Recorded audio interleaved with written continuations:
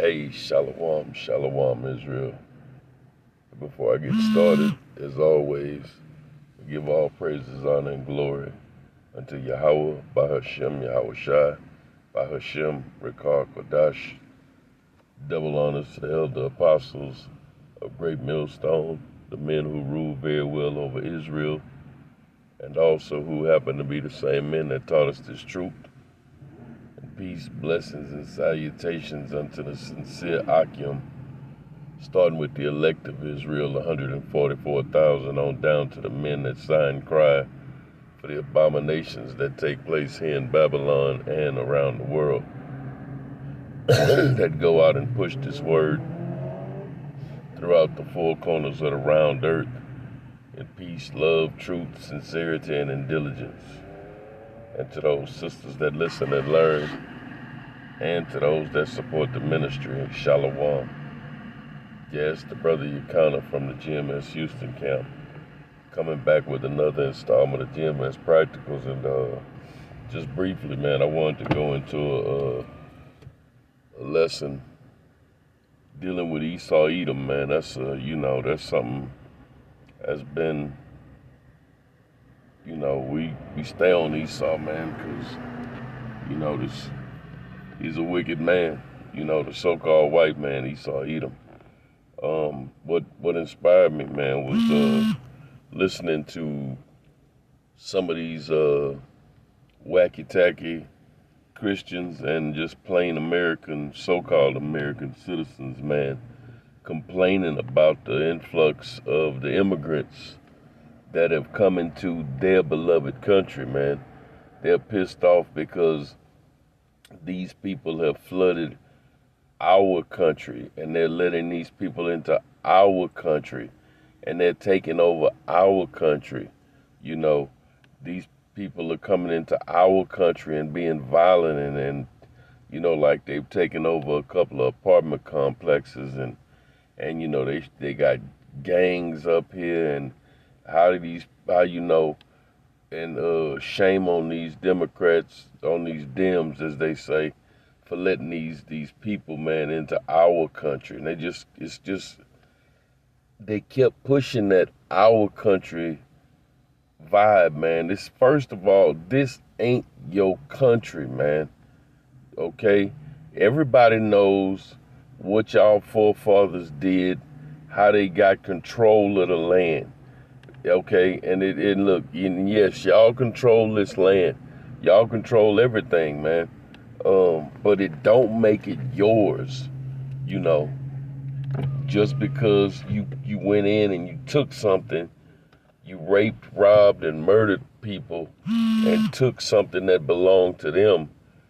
That doesn't make it yours because you were able to do that, That just makes you a thief, a liar, and a murderer, because that's all Esau is, man. He's been a murderer since the beginning. But I'm going to bring out a few scriptures, man, and just not sit and talk so long, but I just wanted to give a brief setup on that, man, because these people are hell-bent.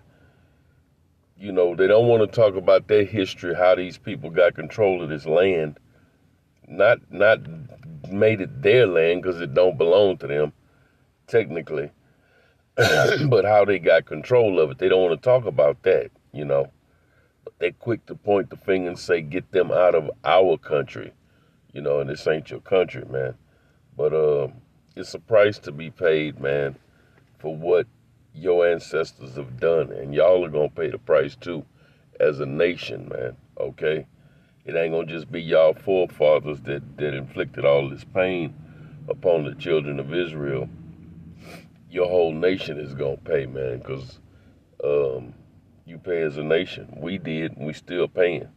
But I'm gonna bring this out, man. This is Micah, chapter 2, and starting at verse 1, it says, "Woe to them that devise iniquity and work evil upon their beds." And we know woe means destruction.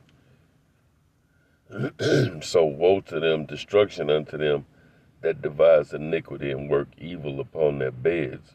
When it is morning light, Salakia, when the morning is light, they practice it because it is in the power of their hand. And they've been given the power to take over and do what they've done, man. And how did they get that power? Well, Job 9:24 tells you the earth is given into the hand of the wicked. Okay? He covered the faces of the judges thereof. If not him, then where and who is he? But who gave him that power? The Heavenly Father gave him that power, Salakia. Okay? So, he was given that power by the Heavenly Father, man. And we've come into captivity under this devil as a punishment, man. You know, for turning our back on the Heavenly Father, Yahweh, by Hashem Yahweh Shai. But it says, woe unto them that devise iniquity and work evil upon their beds. So destruction is coming for y'all for what you did, man. Okay? And verse 2 says, and they covet fields and take them by violence. And boom, there it is. Bingo. How did they get America? Well, they came here. They knew where they were going. Cristobal knew where he was going, man. So when they got here, supposedly befriended the so-called Native American Indians, the tribe of Gad, okay? And then what did they do? They began to covet, man. They were coveting, man, like when they got off that boat, them boats, man. You know, they like, man, we want that, and that. You know, but how did they get it? By violence, man. Okay, they coveted all this stuff, these fields, and they took them by violence, man. And it says, and houses, and they take them away. So they oppress a man and his house, even a man and his heritage. Okay, so they've oppressed us. One of the biggest things is through our heritage, man. They got our people thinking that they are African Americans, man, instead of being being Hebrew Israelites, man. You know, which consists of the so-called blacks, Latinos, and Native Americans. So they've taken our heritage away from us, and all our people, most of our people, man, still believe that they some damn Africans, man. We're not Africans. We're not Hamites, man. But getting back to this is the perfect description of Esau Edom, the so-called white man, and how he got control of America, man, and the rest of the world, man. Okay? He didn't come over here and barter. He didn't come over here and buy anything, you know. He came over here, raped, robbed, murdered, and took. You know, he covered it. He checked it out and he liked it. He said, I want it, and I'm gonna take it. I'm not asking for shit. I'm taking it, you know. But this is what they do, man. And they had that power, man. They don't, because nobody on this planet as of right now could stop them physically, okay? Now, they will be stopped when Yahweh Shai comes back, who you ignorantly call Jesus Christ, when he makes his return. Of course, he's going to take the so-called white man, Esau Edom, he's going to take him down and take him out of power. Okay? But as for now, we don't have the military might or the power to take him down, okay? So he's still in power, and he ain't in the same boat as us, man. You know, that was it on that, Michael. Well, you know what? Let me get verse 3. It says, therefore, thus saith the Lord, behold, against this family do I devise an evil. So the Most High is devising evil, bad times for Esau Edom, the so-called white man. It says, from which ye shall not remove your necks, neither shall you go heartedly. For this time is evil, and that evil time is coming upon this place, man. And this place is going to be utterly destroyed because of that, man. You know, because of those sins and because of all the other atrocities that Esau has committed throughout the planet Earth, man, since coming into rulership in the time of the Renaissance. But as for right now, Esau is living, as the old adage says, high on the hog, man. You know, they're not worried about a damn thing. Like the old Tony song. I'm not worried about a damn thing, and they not. They not worried about nothing, man. You know, because they live in large and in charge, man. So they like, you know, we're good. Okay, this is Psalms 73, just to back that up, and I'm gonna start at verse 5, and this is talking about the wicked. This is talking about Esau, Edom, the so-called white man. Okay, it says they are not in trouble as other men, neither are they plagued like other men. Okay, they not plagued, man. When you look at these elite, so-called elite families, man, these people that run the world, man, they're not in trouble like the rest of us. They don't live paycheck to paycheck. They don't wonder how they gonna pay this bill and that bill. You know, they don't have to worry about the lights getting cut off. You know, and is their food clean? You know, what's in this food, man? Read the label. Well, they don't get down like that, man. These people have private herds and stock. When they want beef, they eat from their own private herd, man. And I guarantee you, it ain't no chemtrails flying over where the elites live, man. Okay? So it says they're not in trouble as other men, neither are they plagued like other men. Therefore, pride compasseth them about as a chain. Violence covered them as a garment. Okay, so these people, they just surrounded by pride, man. You know, Esau Edom is the most proud man on this planet, man. And you know what? Why wouldn't he be? He's wicked and he's in charge of everything. That's a perfect combination for being proud. You know, we know better than that because we know pride go before destruction. And that's the destruction, and that's what's coming to Esau Edom, man. Coming to Babylon, a.k.a. America, man. You know, for the pride, man. The pride is another reason that this place is going to be destroyed. Salakia, and this man is going to be destroyed, man.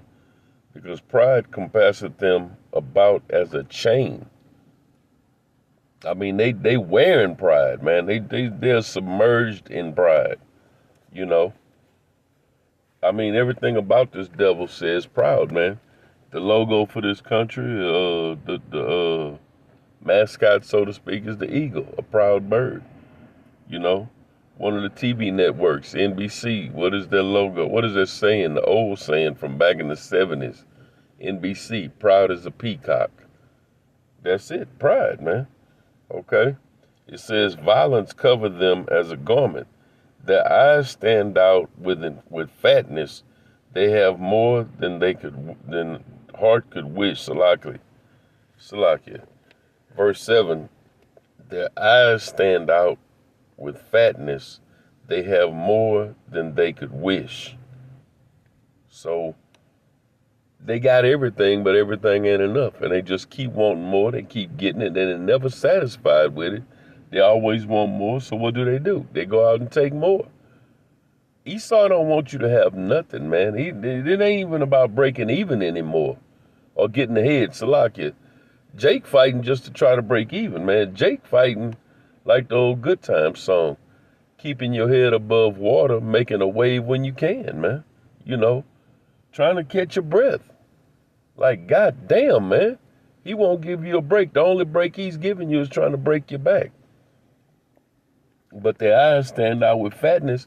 They got more than their hearts could ever wish. They couldn't spend all that they got if they wanted to, man. But it ain't enough. I mean, they don't even want you to have crumbs. They want total control over you because they have a God complex, man. It says they are corrupt and speak wickedly concerning oppression. They speak loftily. Okay? They corrupt, man. They wicked. They speak wickedly, man. And concerning oppression, they speak loftily, man. They like that shit, man.